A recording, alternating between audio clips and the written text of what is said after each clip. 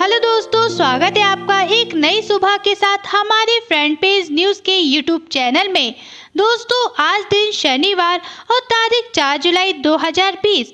दोस्तों, आज की खबरें बहुत ज़्यादा आपके काम की हैं और आज की न्यूज़ में आप लोग जरूर कुछ न कुछ अच्छा और बेहतर सीख जाएंगे। आज की न्यूज़ में हमने आपके बहुत काम की खबरों को कवर किया है, तो चलिए शुरू करते हैं हम आज की पहली खबरों के साथ। दोस्तों, देश में अब पटरियों पर प्राइवेट ट्रेनों का संचालन होगा।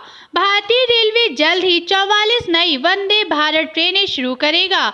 रेलवे बोर्ड के चेयरमैन वी.के. यादव ने कहा कि 44 नई वंदे भारत ट्रेनों के लिए जुलाई में टेंडर जारी किया जाएगा। इसी दौरान उन्होंने कहा कि दिल्ली मुंबई और दिल्ली कोलकाता के बीच यात्रा को ओवरनाइट जर्नी में तब्दील करने पर भी विचार किया जा रहा है। प्राइवेट कंपनियों को फिक्स्ड चार्ज देना होगा। इसके लिए भारतीय रेलवे ने 30,000 करोड़ रुपए के प्राइवेट ट्रेन प्रोजेक्ट की शुरुआत की है। दोस्तों, खबर है कि भारत और चीन के बीच तनाव की वजह से भारत के लोगों को अब महंगे कपड़े पहनने पड़ेंगे। वास्तव में चीन से आने वाले कपड़े बनाने का सामान भारत नहीं पहुंच पा रहा है। चीन से बटन, मेटल और सिलाई मशीनें पोर्ट पर ही अटकी हुई हैं, जिसकी वजह से लोगों को कपड़ों में भी महंगाई देखने को मिल सकती है। दोस्तों, बैंक में सरकारी नौकरी पाने वालों के लिए अच्छी खबर है। अगर आप लॉकडाउन के दौरान सरकारी नौकरी की तैयारी कर रहे हैं तो ये मौका ना जाने दें। जम्मू कश्मीर बैंक ने 1850 पदों के लिए भर्ती निकाली है। इस भर्ती के लिए ऑनलाइन आवेदन शुरू हो चुके हैं। भर्ती के लिए ग्रेजुएशन कर चुके युवा आवेदन कर सकते हैं। इसके तहत बैंकिंग एसोसिएट और प्रोबेशनरी ऑफिसर के पदों पर भर्ती की जाएगी।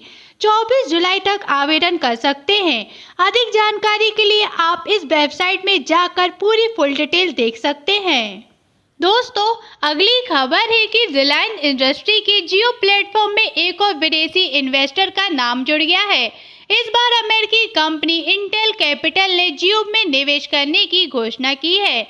इंटेल जियो में 1894.50 करोड़ रुपए का निवेश करेगी। कल RIL द्वारा दी गई जानकारी के अनुसार इंटेल जियो प्लेटफॉर्म्स में 0.39% हिस्सेदारी खरीदेगी। आपको बता दें कि जियो में 11वें हफ्ते में 12 बड़े निवेश हैं। दोस्तों, फेयर एंड लवली क्रीम अब ग्लो एंड लवली के नाम से बेची जाएगी और पोसो की क्रीम का नाम ग्लो एंड हैंडसम के नाम से बेचा जाएगा। नस्लवाद को लेकर आलोचनाओं के बाद ये फैसला लिया गया है। दोस्तों, मशहूर कोरियोग्राफर सरोज खान का कार्डियक अरेस्ट की वजह से निधन हो गया है। सरोज खान 72 साल की थी। इसी के साथ बढ़ते अगली खबर की ओर। प्रधानमंत्री नरेंद्र मोदी जी कल सुबह लद्दाख के लेह पहुंचने के बाद दुश्मनों से लोहा लेने के लिए सीमा पर तैनात सेना के जवानों को संबोधित किया। वे जवानों को संबोधित करने के बाद उनके बीच पहुंच गए। अपने बीच पीएम नरेंद्र मोदी जी को पाकर सेना के जाबाजों के नारों से पूरा लद्दाख गूंज उठा। जवानों ने इस मौके पर वंदे मातरम के नारे लगाए। उनके साथ CDS विपिन रावत भी साथ में हैं। लेह पहुंचने के बाद सबसे पहले पीएम नरेंद्र मोदी जी ITBP के जवानों से भी मिले हैं। खबर है कि जापान की बुलेट ट्रेन की रफ्तार 360 किलोमीटर प्रति घंटे तक की होगी। 13 साल बाद उतारा नया मॉडल भूकंप के दौरान भी यात्रियों को ज्यादा झटके महसूस नहीं होंगे। ट्रेन का नाम N700S रखा गया है। दोस्तों, आज 12 बजे घोषित होगा MP बोर्ड का 10वीं का रिजल्ट और उनको 2 विषयों में जनरल प्रमोशन भी दिया जाएगा। रिजल्ट को देखने के लिए आप mp.result.nic.in पर देख सकते हैं।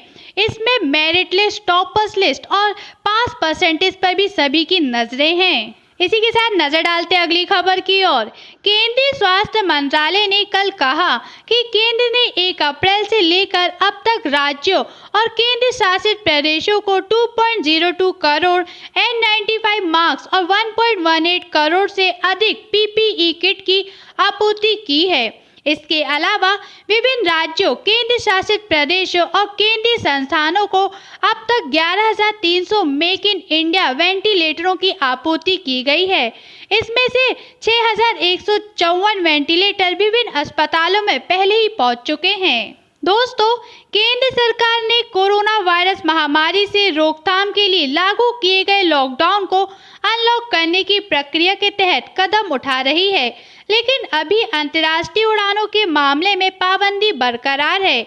DGCA ने कहा कि अंतर्राष्ट्रीय उड़ानों पर पाबंदी को 31 जुलाई तक के लिए बढ़ाया गया है। अगली खबर है कि कोरोना संकट की मार सबसे अधिक उन लोगों को पड़ी है जो बेरोजगार हैं और नौकरी की तलाश में हैं, व जिनकी नौकरी ये कोरोना काल निकल चुका है।